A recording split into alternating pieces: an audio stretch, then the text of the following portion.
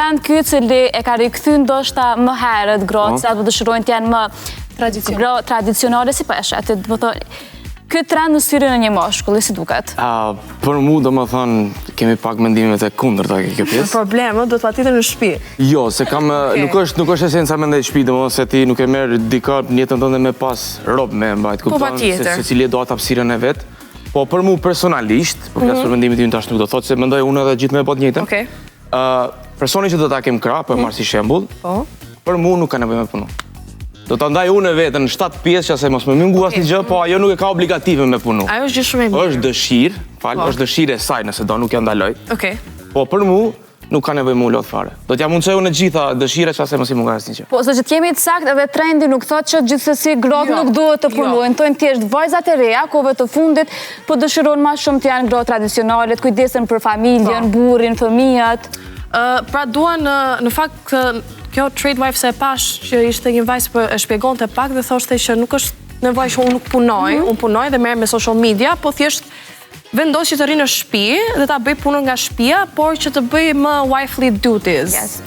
Për dikë. Mua më duket interesante tani, nuk e di, është shumë mirë që një mashkull duhet të bëj providing.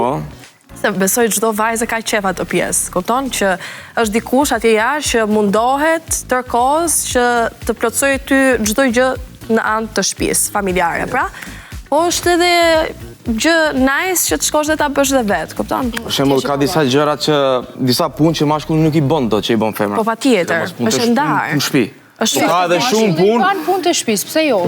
Po s'mundet, është ndryshe puna e femrës, është ndryshe puna e mashkullit. Ka ca gjëra që femra nuk i bën që i bën mashkulli, domethënë pjesët e jashtme, pjesët fizike, matronda që janë. Ka dallim ke kjo gjë, por prandaj po them unë janë disa gjëra që unë nuk do t'ja detyroj personit tim një që do ta kem që të punoj.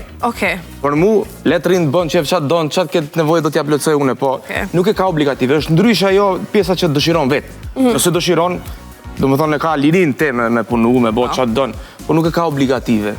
Ka gjëra tjera të cilat duhet merret, domethënë për kujdesin e fëmijëve, këto që do t'i bëjmë bashkë edhe këto, po përqindjen e kohës pak më të madhe, normal i takon femrës këtë rast.